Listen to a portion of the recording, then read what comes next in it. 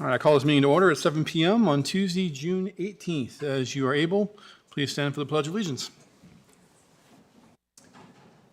I pledge allegiance to the flag of the United States of America, and which stands one nation,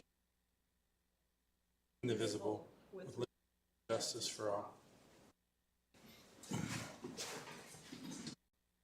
Can't remember the last time we actually said the pledge in here. It's usually going into a closed session here. So thanks everybody for being here tonight. We will adopt our agenda and then we'll begin public address. Do I have a motion to adopt the agenda as presented?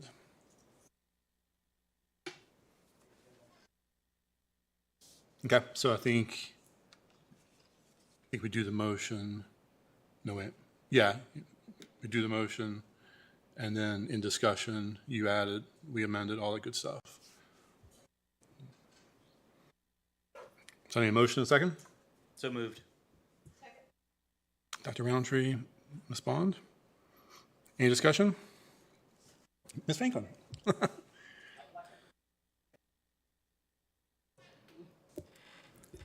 To add an item to the agenda, to have a discussion around the N-word.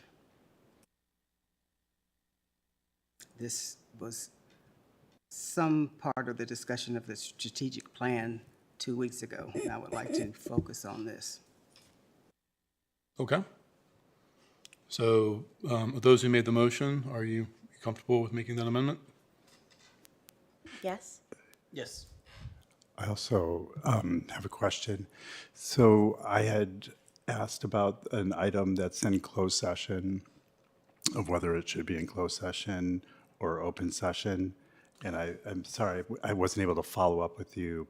I was in Lexington today.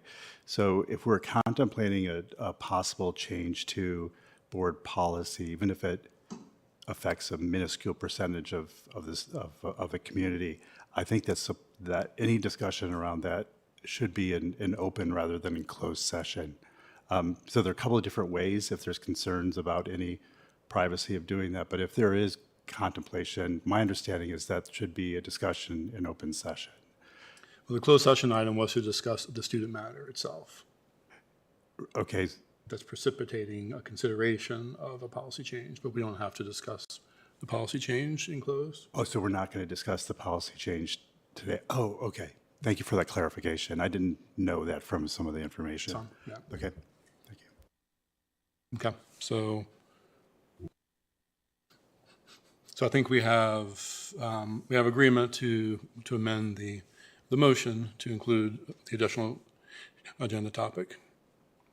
Any other discussion on the agenda? Okay, great. Ms. Osborne, please call the roll. Ms. Bond? Yes. Ms. Franklin? Yes. Dr. Gittrey? Yes. Ms. Parton? Yes. Ms. Purcell? Yes. Roundtree? Yes. Mr. Hudson? Yes. 7 in favor. Motion carries. Sorry, I should have clarified. Are we okay if that's just added to the end of the agenda? Is that okay? Fine. Okay, great.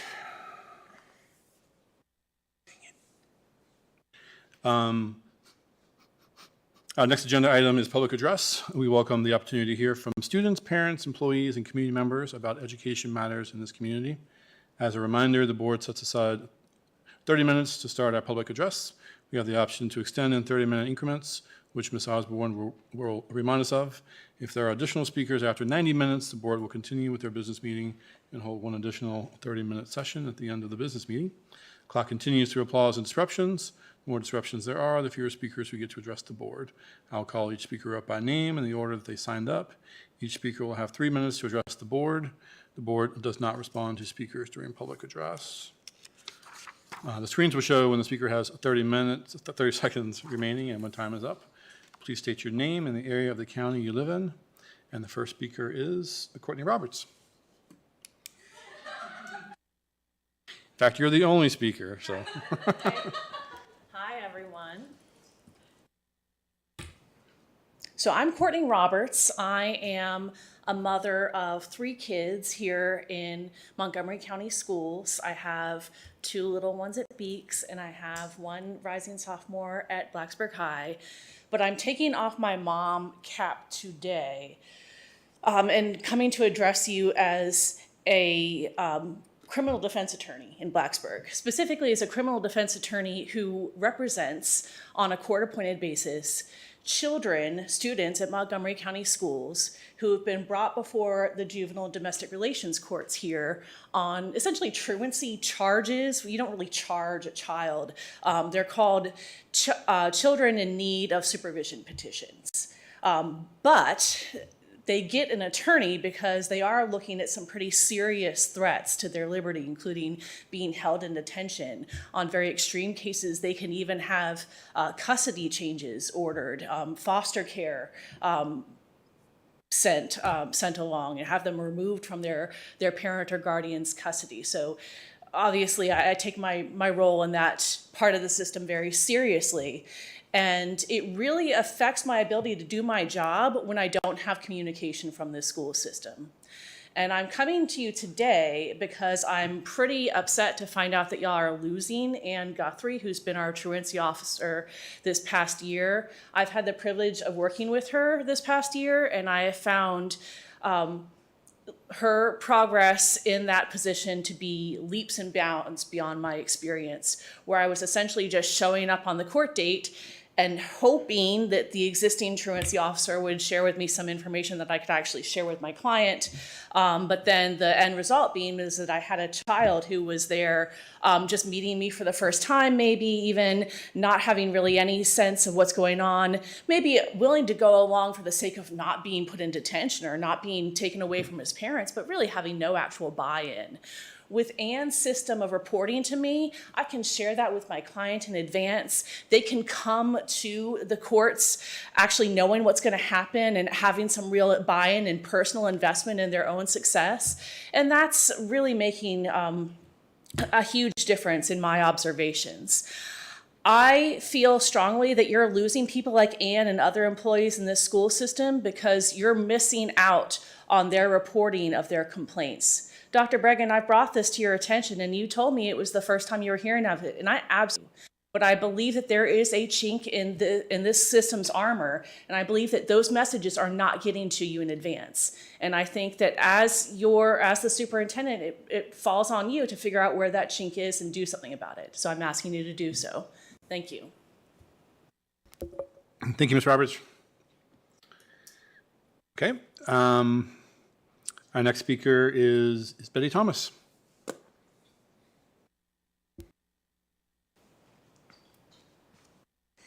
Hello, members of the board. My name is Betty Thomas. I use these her pronouns and I live in Christiansburg. I would like to just take this moment to say Happy Pride Month.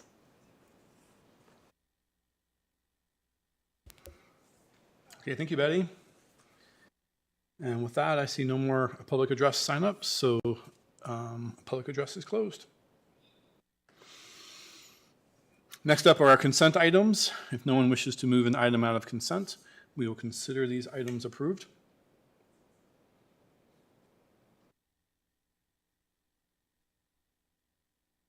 Okay, great.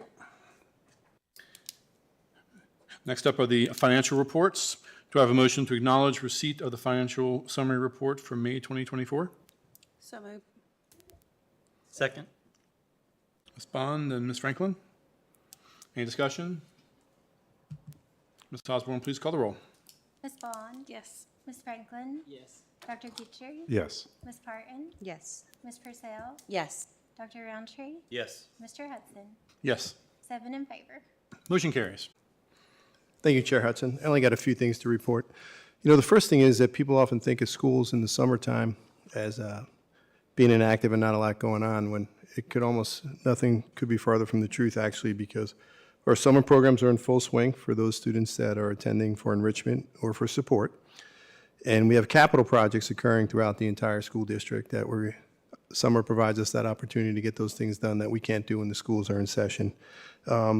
In addition to that, I want to commend our HR department and all the people and administrators involved in the hiring process. We are doing an extensive amount of hiring to make sure we have certificated and appropriate staff in each of our classrooms and all our support personnel in place. And today alone, I think I interviewed almost 10 people, and that's been an ongoing basis. And, you know, when you get to me, that's the culmination of a lot of people's efforts in the interview process and moving them forward. And I'm just the final, interview before we move on. So kudos to our HR department. They're doing a great job and a lot of hard work behind the scenes to make that happen, putting in a lot of hours and spending a lot of overtime here on the weekends and on days we're not supposed to be in session. So I'm really proud of their efforts and grateful for them as well.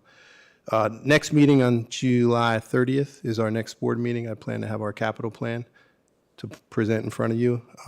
We'll probably have one of our architects here with us to talk about proposed projects throughout the division. I'm sure that'll spark some robust discussion, but it'll give us a framework and give some monetary values to what those potential improvements may or may not look like. And I'm sure that'll just be the starting point, but I look forward to bringing that to all of you.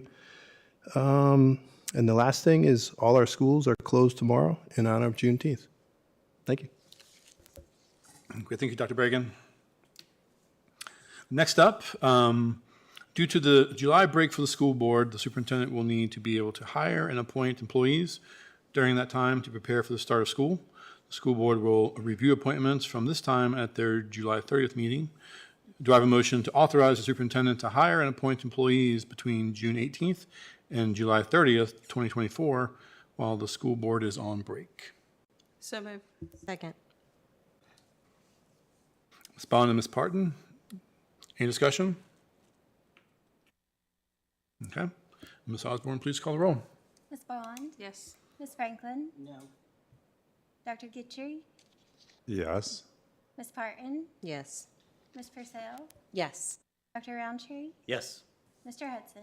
Yes. 6 in favor, 1 opposed. Motion carries. Next up, the administration presented the MCPS student cell phone use policy on June 4th, 2024. The policy is brought back for approval tonight. Do I have a motion to approve the student cell phone use policy as presented? Yes. Second. Quite sure what I needed. Dr. Roundtree and Ms. Purcell? And discussion?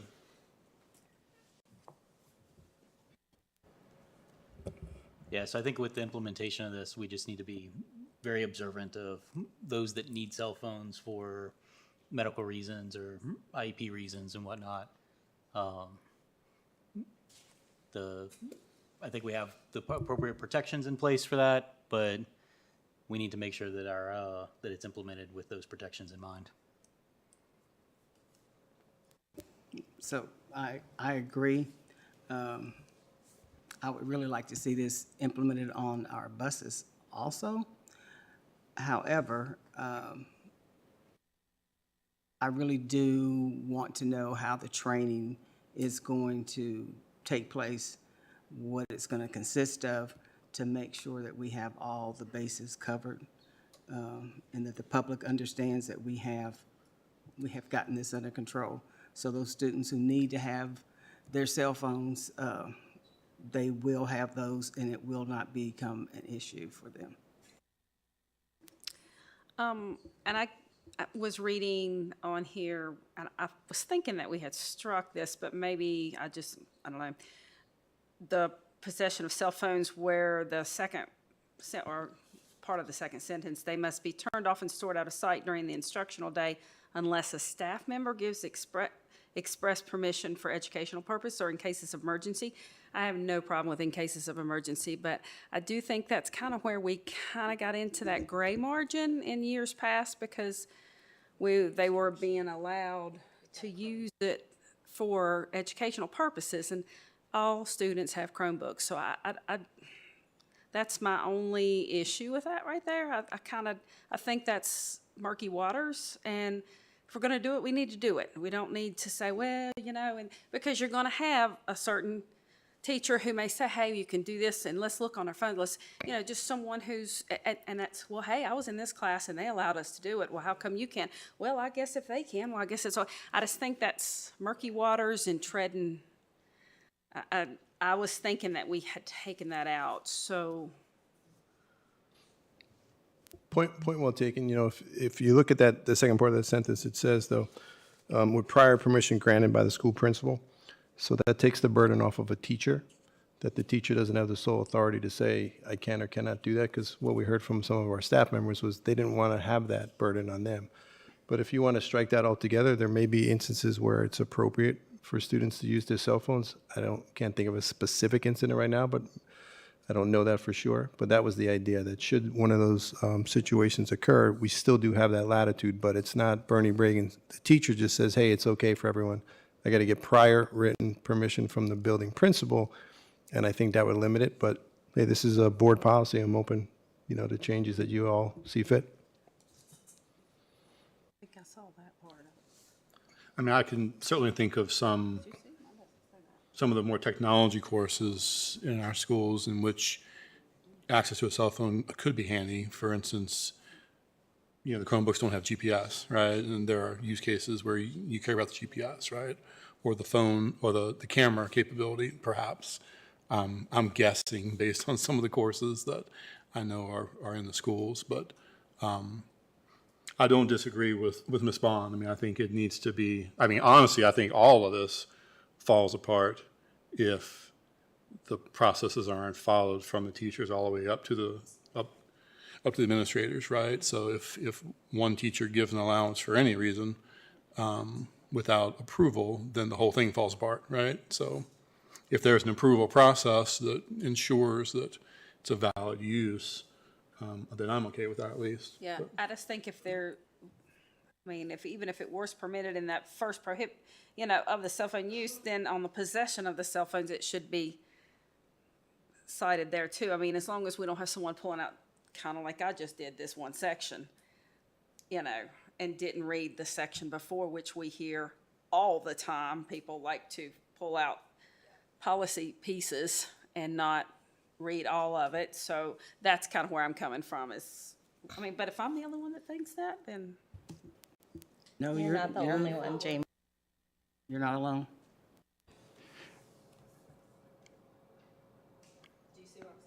Well, I understand totally, but I guess, mean, does so- the majority of the board think we should amend that? Yeah, right. Prior granted, but.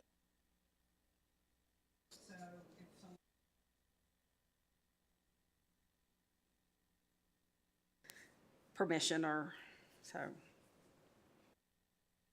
Yeah, so at this point, we have a motion on the table, so if there are edits that we want to postulate, individual board members Right. can suggest motions to make edits. So that's where we're at. If you want to, so in that case, I could see a couple of options. You could either try to strike it entirely or make sure that language is consistent throughout, right?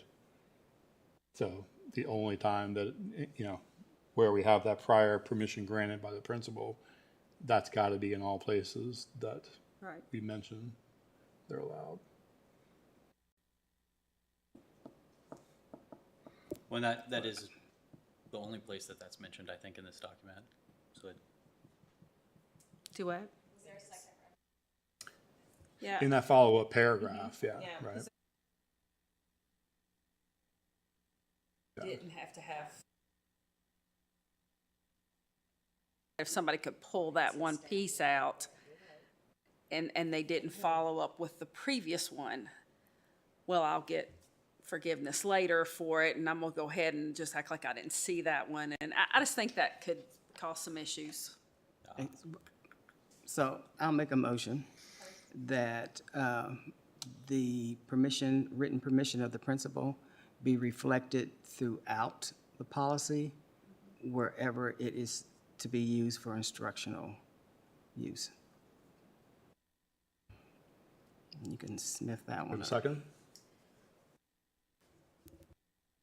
For thought, I don't know, would we want to put something to the intent of like a special circumstance, the word's not coming to me right now, or no? I'm sorry, say that again. Like, instead of just permission granted from the school principal for educational or emergency purposes, extenuating circumstances. I don't know. Like I said, I just think it could be murky waters there because everybody has Chromebooks. So why would we need phones for educational purposes?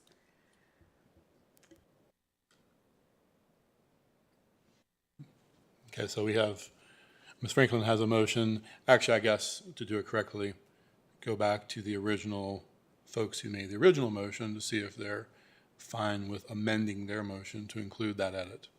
I'm good with it. And who made the second? Laura? Okay, okay.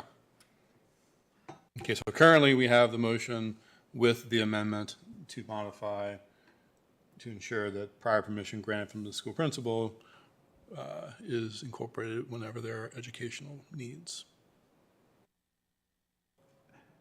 I have a couple of questions. First, is this the same, this isn't the same document that was originally in board stock, is it? Originally, meaning the When- last June meeting? No, no. When we got the notification about today's meeting, or am I mistaken? Is this the same document that was initially uploaded for this meeting? Yes. Okay, I must have looked at the wrong, that was part of the confusion. I must have looked at the last session. The one question I do have is there an intent to incorporate this into the official board's policy, board policies? Because if you have student conduct policy that already has cell phones, then I think I would ask that this be incorporated into that official board policy so we don't have two separate policies, particularly since there are disciplinary consequences that are in this policy. Yeah, that's a great question, Ed. There was conversation from the superintendent to try to get our wishes on that because it wasn't certain. I think as a board, we need to make that decision. If we want this new language to replace what's currently in policy in the student code of conduct, right? It's got that current block on cell phones, to replace it with this. Or if we want this to be a separate policy, and we probably still need to update the code of conduct in order to reflect it, right? So they're not consistent. Yeah. Yeah, it's the cell phone policy. Yeah. So the other goes away if we adopt this. Yeah, just like in the code of conduct. Yes, absolutely. So, but the question is, I mean, just to be clear, right? So are we adding this as a separate policy with its own number? I'm not sure what number it would be, with its own standalone number, or does this just replace the cell phone section in the current student code of conduct? I think I'm hearing the latter is what we want to do, because we already have a statement on that, and we don't want them to be inconsistent. I don't see value in having it in two places, in the code of conduct and as a standalone policy, but that's a decision that we need to make as a board, so we're all on the same page. If we're truly trying to make a statement about what we're doing here, then this needs to be In the code a of policy, conduct. which is, I thought that's what we were doing, right? Which means anytime we're talking about the cell phone policy, this is what it would be. It just is very confusing to have two different, a policy and a statement. Yeah, I Why agree. would you do that? Yeah. The code of conduct is in our policy. Right, so if we're saying this is now our cell phone policy, then that's Yes, the that's policy right. that should be a part of the code of conduct. That's Okay, right. that's fine. Absolutely, I agree. That's fine. That's what we were trying to get clear on, as opposed to it being a standalone policy. Well, it is a standalone policy, but if we're referring to cell phones in our code of conduct, this is the policy that should be in there. So you're suggesting that the code of conduct should point to this policy number Right, it should. and have nothing else in there, just cell phones refer to this policy number or Right. policy on cell phones. Why Yeah. would we do I don't anything disagree with else? that. Yeah. Okay, so that's two separate things, and that's what we need to be, Right. that's what we need to agree on, right? So.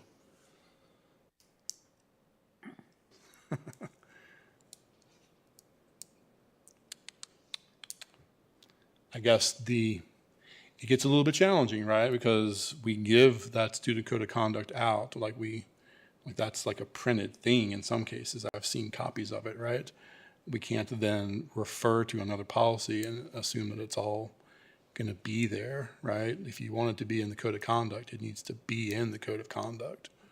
I think we could include both. If you look at the policy on the code of conduct, there are a number of things that are delineated in there with specificity that do reference, while it's listed in there, it also references the policy.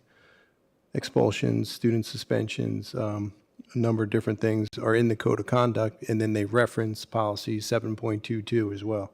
Okay. So if, as an administrator, what matters to me is that we have somewhere in policy that we're backing up what we're doing, right? Which is the ban cell phone use by students during the course of the school day.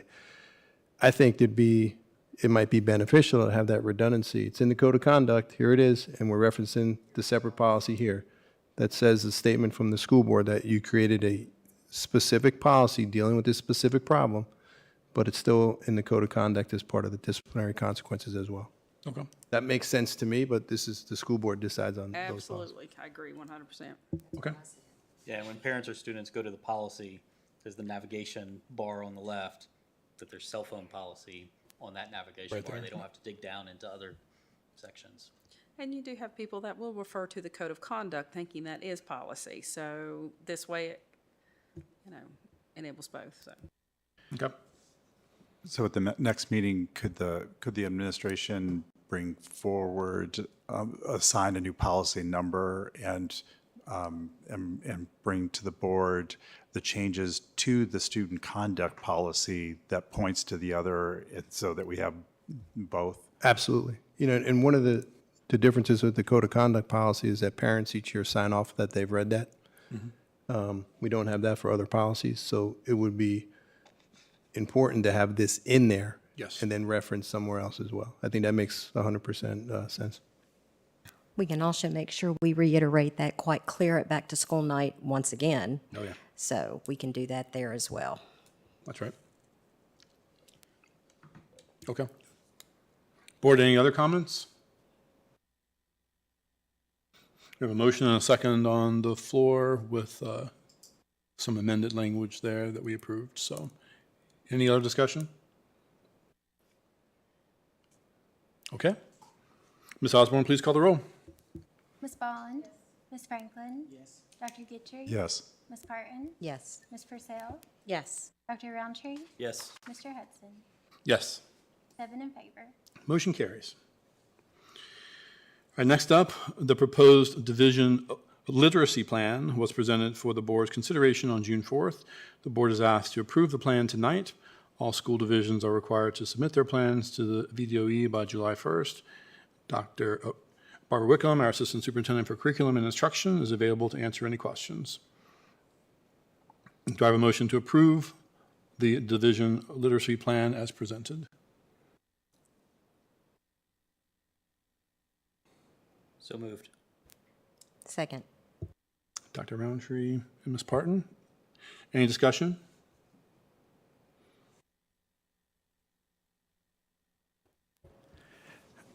Just one question.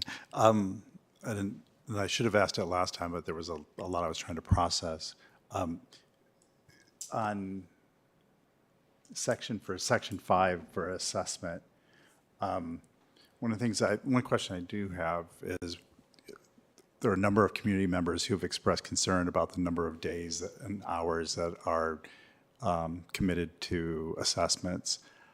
How much does this increase assessments at the expense of instructional hours? This might be very difficult to quantify at this point, but it's just something I noticed. I was like, there's a lot of assessment. How does that compare to what we're currently doing? So these are all things that we are currently giving, with the exception of VALS. And this year, the VALS assessment replaces PALS. So it's a requirement from the state. Okay. Great, thank you. Okay, great. Any other questions or discussion?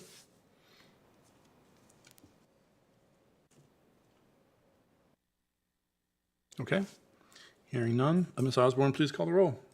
Ms. Bond? Yes. Ms. Franklin? Yes. Dr. Gitchery? Yes. Ms. Parton? Yes. Ms. Purcell? Yes. Roundtree? Yes. Mr. Hudson? Yes. 7 in favor. Motion carries. Next up, Dr. Thomas Brewster, our Assistant Director for Human Resources, will present proposed revisions to the sick leave bank policy based on recommendations from the Sick Leave Bank Committee. Okay. Chairman Hudson, members of the board, Dr. Bragan, thank you for the opportunity to present the proposed changes for the first reading tonight to Board Policy Section 5 Personnel, Article 7 Employee Pay and Fringe Benefits, Employee Absences/Leave, specifically aspects of the policy related to the sick leave bank. These changes were recommended by our Sick Leave Bank Committee, which, per board policy, is composed of 4 teachers, 1 administrator, 1 service department employee, 1 clerical support employee, and a director of human resources who serves as a non-voting ex officio member. The goal of these changes is to modify the sick leave bank policy for employees in the VRS hybrid plan. The revisions to this policy would allow VRS hybrid plan employees to use sick bank days for serious long-term illnesses or injury of their qualified family members, while their own serious or long-term conditions will be covered by short-term disability. Currently, VRS hybrid plan employees do not have coverage for serious or long-term illness or injury of qualified family members through their short-term disability benefits. Right now, we have approximately 695 hybrid employees who would be eligible to participate in the sick leave bank, a number that will continue to grow as new employees are hired into the system. The remaining employees are VRS Plan 1 and Plan 2 employees whose employment began prior to January 1st, 2014. These employees are not eligible for short-term disability through VRS. Since hybrid plan employees must wait 1 year from the hire date before eligibility for short-term disability benefits begin, these employees are eligible for sick leave bank immediately, while VRS Plan 1 and Plan 2 employees must wait 6 months to access days from the sick leave bank. The intent of the sick leave bank is to provide some protection for employees who experience or whose covered family members experience catastrophic or long-term illness. To use the sick leave bank, employees must apply to the Director of Human Resources. They must first deplete their own sick, personal, and wellness leave. If they have more than 5 annual leave days, all but 5 must be used first. The initial 5 consecutive days of uncovered illness must be taken as unpaid leave. An employee tier is based on their membership duration. Each fiscal year, eligible employees can draw from the sick leave bank based upon their years of enrollment. For example, 15 days in the first year, 20 days in the second year, and 30 days in the third year and beyond.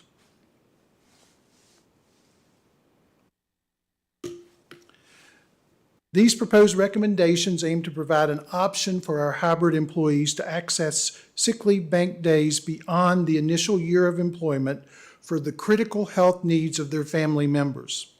For their own long-term or catastrophic health insurances issues, hybrid plan employees will continue to have short-term disability coverage.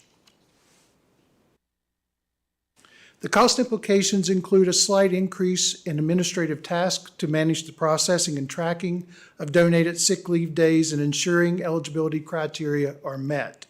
Additionally, there may be an uptick in the usage of sick leave bank days due to the extended eligibility for family member care, potentially increasing our utilization rates. A key part of implementing these changes is an intentional plan to communicate with hybrid employees. It is important to inform all current hybrid employees about the policy change so they can understand the new benefits. Additionally, former hybrid employees should be notified so they can sign up for this benefit during our upcoming open enrollment period. The communication strategy will use various channels such as email updates and virtual information meetings to ensure that all eligible employees are aware and can take advantage of this change. To conclude, the proposed revisions to the sick leave bank policy support our strategic aim of attracting and retaining outstanding faculty, staff, and leaders by offering better support for employees dealing with serious health insurance issues with their families, within their families. By allowing VRS hybrid plan employees to use sick leave bank days for family members' illnesses after the first year of employment, and relying on short-term disability for their own needs, the policy promotes efficient and balanced resource use. These revisions recommended by our Sick Leave Bank Committee are an important step toward improving employee well-being and fostering a supportive work environment. Thank you for your time, and we look forward to hearing your feedback and questions about the proposed changes. Thank you, Dr. Brewster. Board, any questions? Well, I'll just say anything we can do to help support our employees, that's a good thing, and this is a huge benefit. So how are sick leave days added to the sick bank?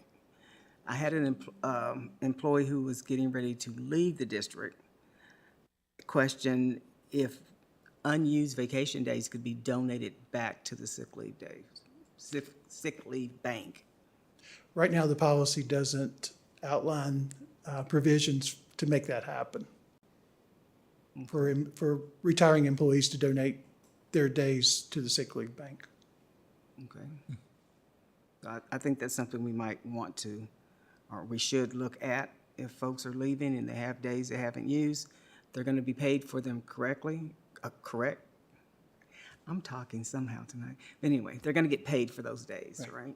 So if they want to donate those back to help their former co-workers, we should be able to do that. There's no problem with that.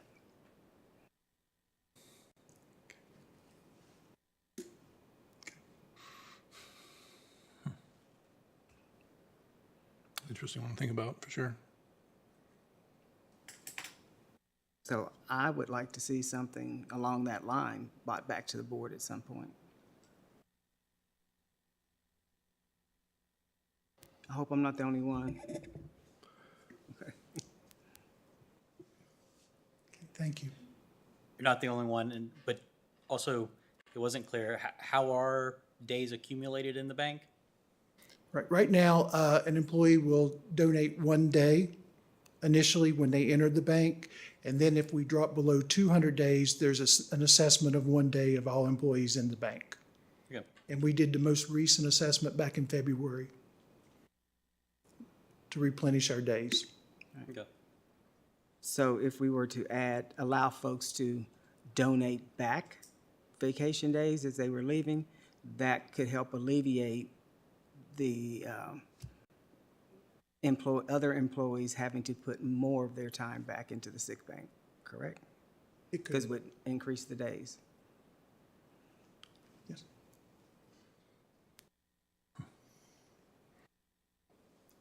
How many employees currently participate? Right now, and I'm going to pull that information up.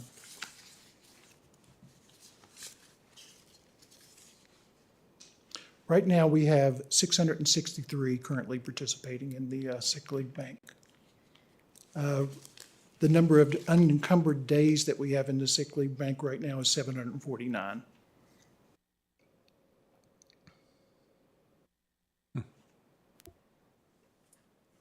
How often do we drop below that 200 number and require a donation of day?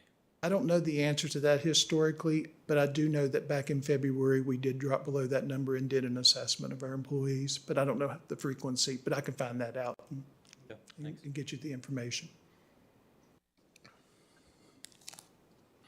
And when a member employee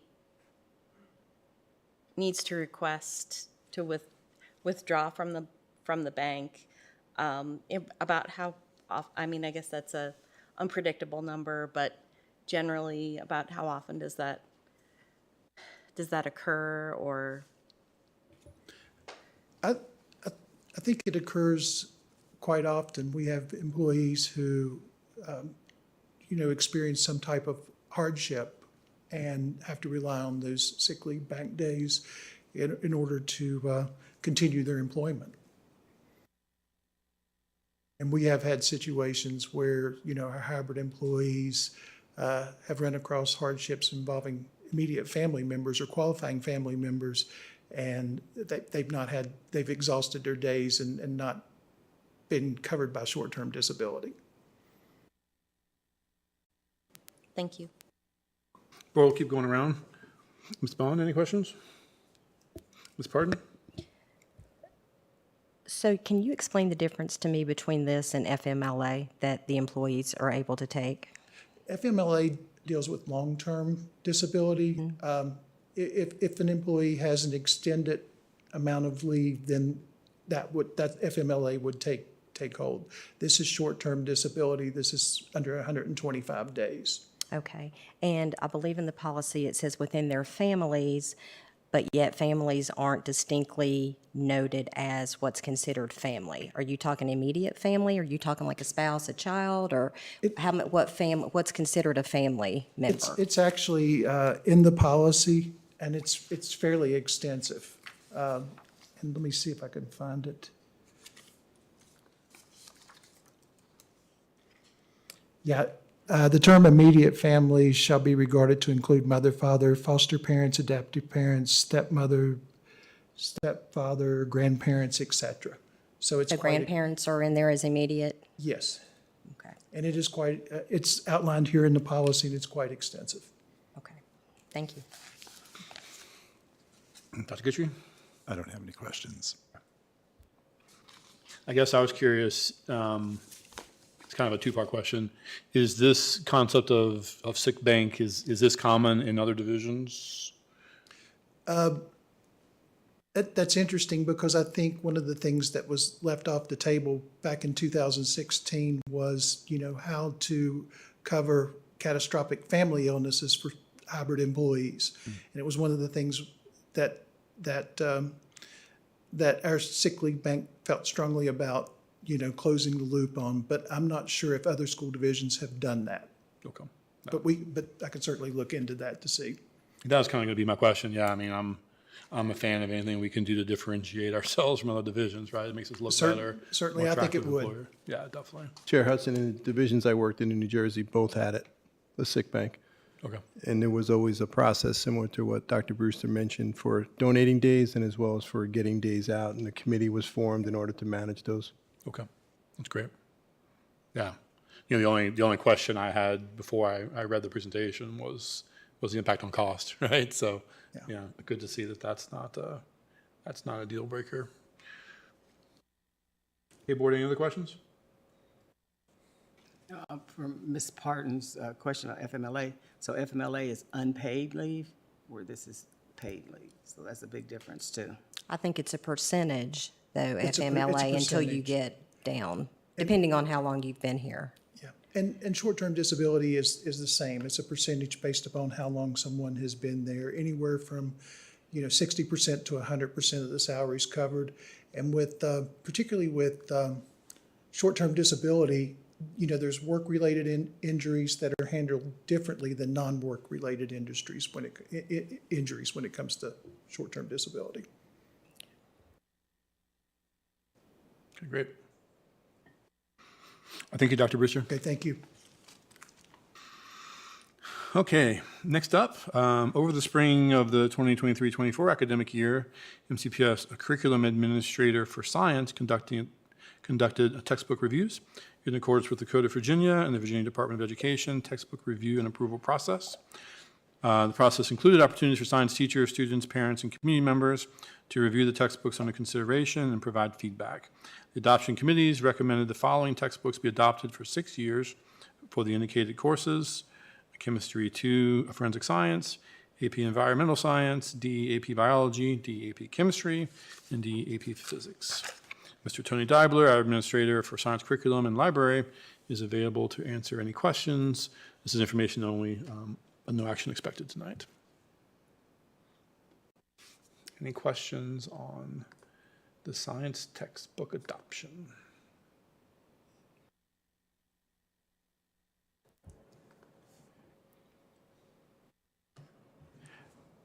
I have one question. Sure. Can't resist. Now, I'll wait for you if you want to come up.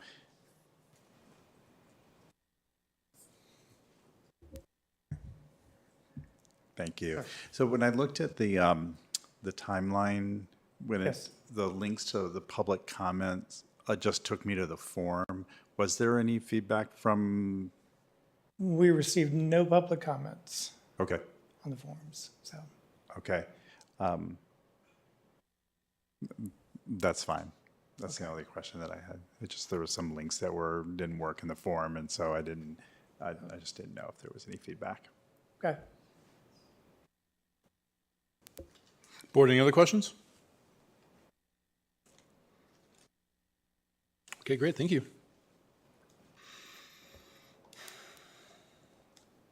All right, board, that brings us up to unfinished business. Are there any items of? Nope. Nope, I'm so sorry, so sorry, thank you. Reading off the paper script, not the live script, my bad. We have a new agenda item, open for discussion.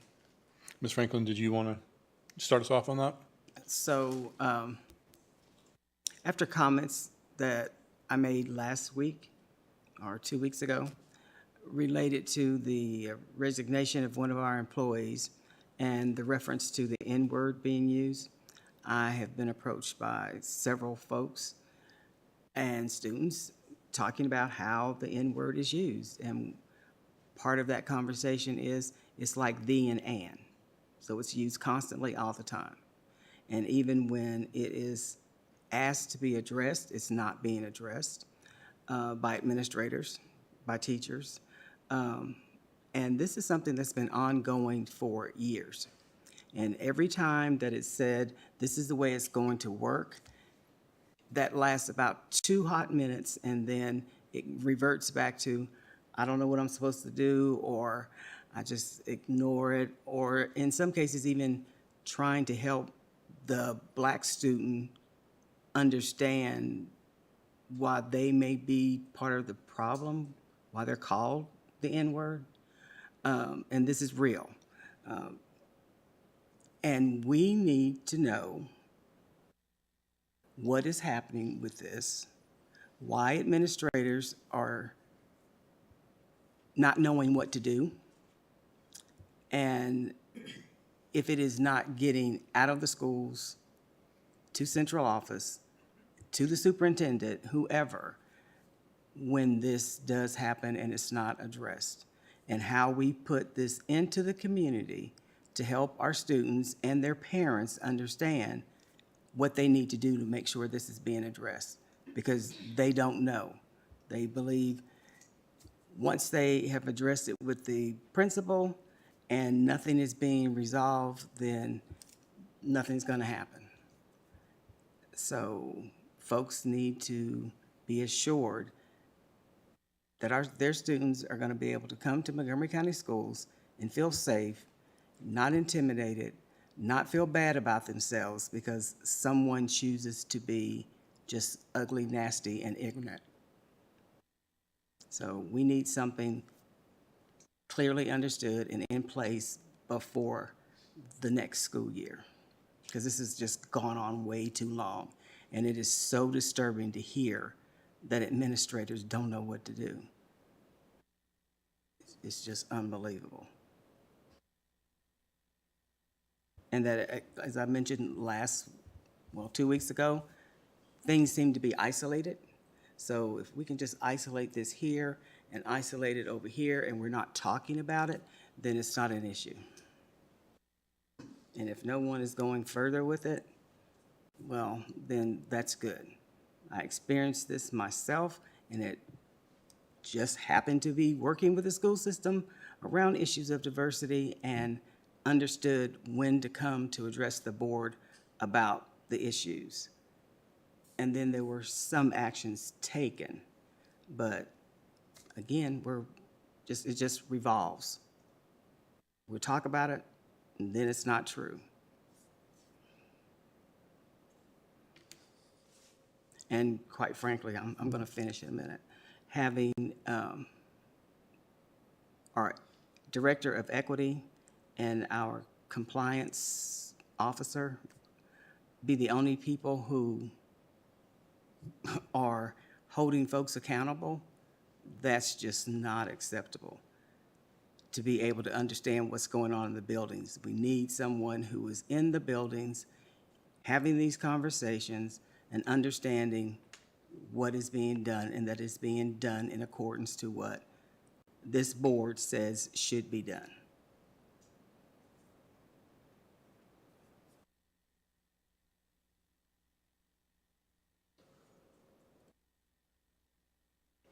Are you done, Ms. Franklin? I don't want to. Yeah, I'm finished. I just want to publicly say that there's no way I would, as a school chief academic officer and superintendent, would tolerate any kind of hate speech or language directed towards anyone, especially that word. It has such negative connotations over a history of injustices and brutality that I would not comment, would not allow that to occur on any case. I wish I could pass a wand and ensure everyone in this county that no one will ever utter that word or say any of that hurtful speech directed at any individuals, especially those of color using that word. But I will guarantee you this.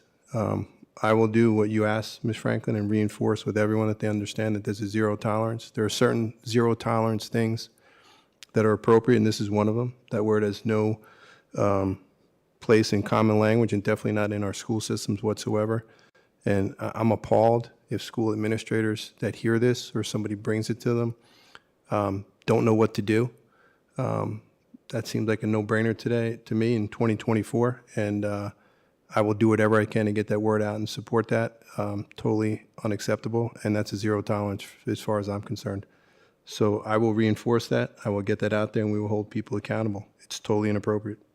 Okay. So there needs to be some kind of guidelines set up so they know what they're supposed to do, and some type of reporting for the student, the parent, the employee,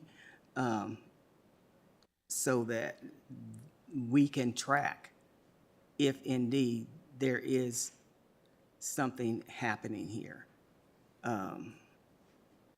Because it's not now. When a student says it's being used like the and an,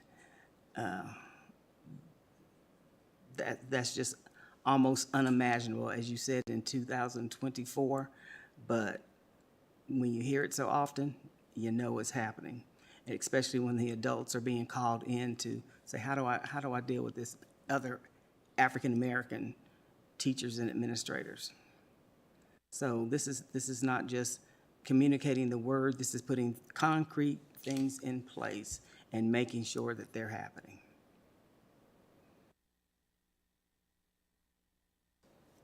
We could definitely do that, and I'd be more than happy to report out on instances and what we've done and what's going to take place, and clearly delineate that you have 100% support on that.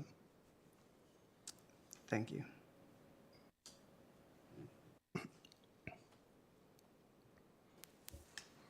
Board, any additional comments on that?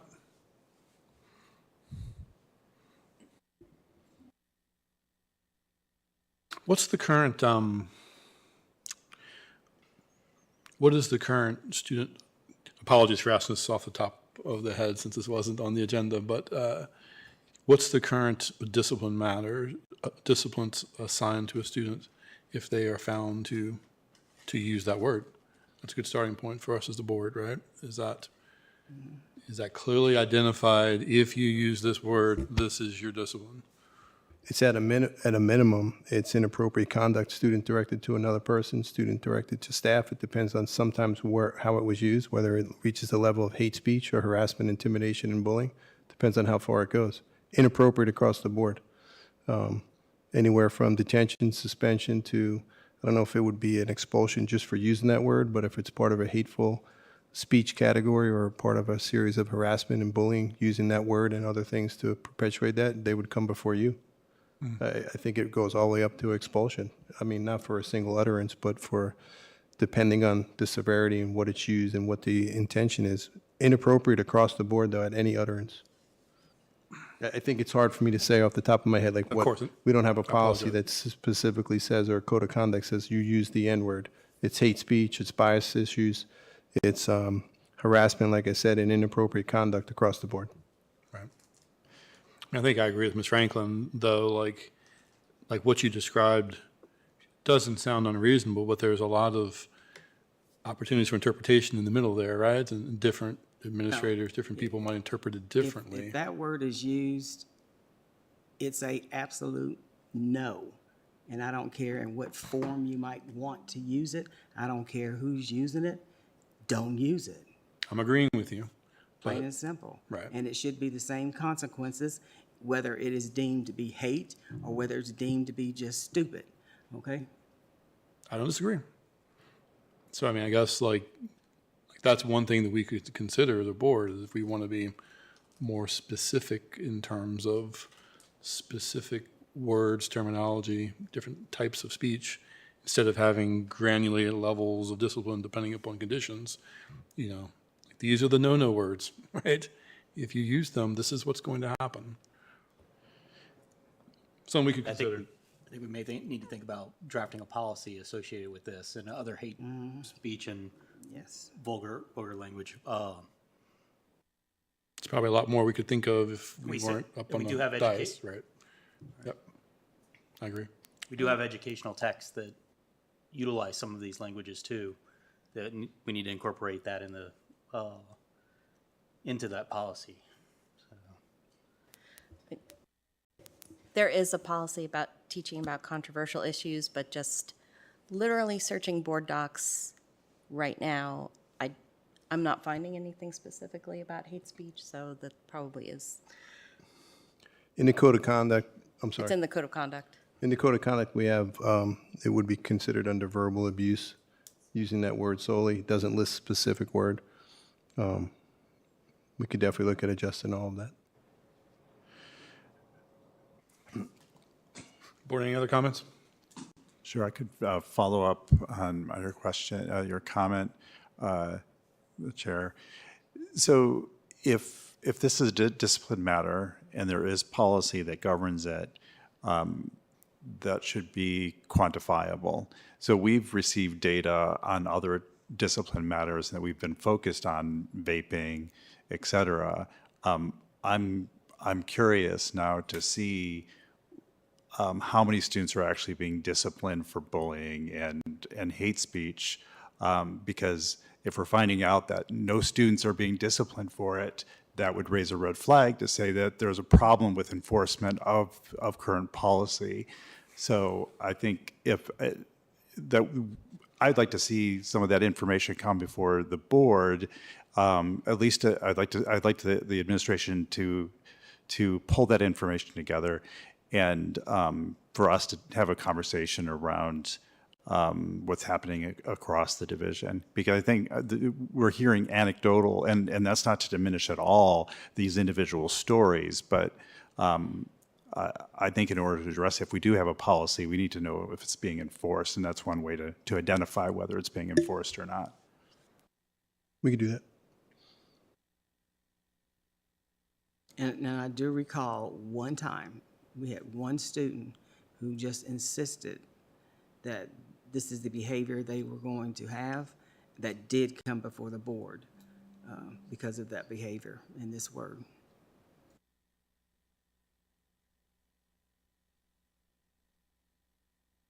Okay, board, any more discussion?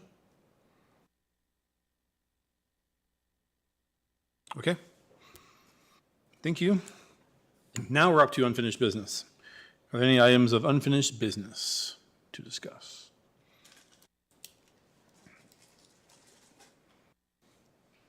Okay. Are there any items of new business? I have one item. So there's been a question, I've asked several questions about committees, and I've asked questions about both board committees, about superintendent committees, and also about the board working with committees. And I'd love for us to have a conversation, whether it's just to take the temperature of the board or to have a longer conversation. I know that there has been concern, particularly with the board and having committees to help us with our work and to make it less onerous when we do have our meetings, so we're not having 7-hour meetings. I've looked into it a little bit. I know, Chairman Hudson, that I know that you're in favor of it, but I'd really like to have that conversation. I know that some school divisions, some school boards have a standalone policy for committees. And so that's a possibility, because one of the things that I'm noticing is that there's committees that exist I don't know anything about. So there was a presentation, I know, a couple of years ago about whether committees were board committees or superintendent committees. But if that's not identifiable either in policy or in the organization chart, or is not available on the website, how's the community going to know? How are we going to know? And I think for effective administration, that I'd like to see more concentration on our committees, both possibly if I'm board committees, but also committees across the county that are part of MCPS.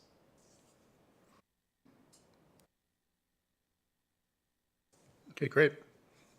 Duly noted.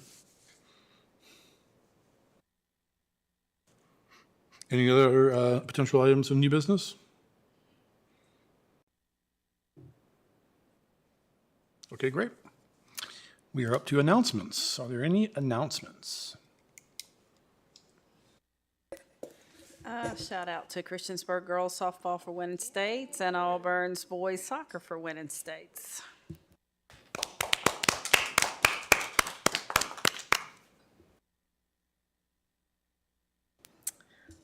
On June 6th, I took up Ms. Mash's invitation to go out to Falling Branch Elementary School to visit Camp Invention. While I was there, I also got to meet Ms. Mitchell and Mr. Saya, the principal and vice principal there, and Mr. Saya gave me a tour of the Summer Academy as well.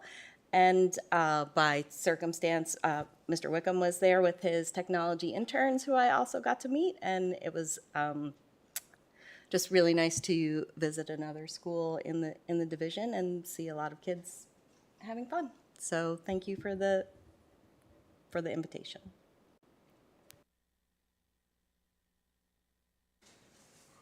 Board, any other announcements?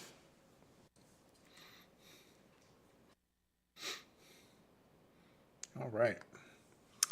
Upcoming school board meetings, we get to take a little bit of a break here. We'll meet again on July 30th, which is technically our first meeting in August, but it's in the end of July. All right. And that concludes our business meeting. Do I have a motion to enter into closed session as authorized by Section 2.2-3711 of the Code of Virginia to discuss a student matter and 2 personnel matters? So moved. Second. Dr. Guthrie and Ms. Franklin, any discussion? Ms. Osborne, please call the roll. Ms. Bond? Yes. Ms. Franklin? Yes. Dr. Guthrie? Yes. Ms. Barton? Yes. Ms. Purcell? Yes. Dr. Roundtree? Yes. Mr. Hudson? Yes. 7 in favor. Motion carries. We are now in closed session.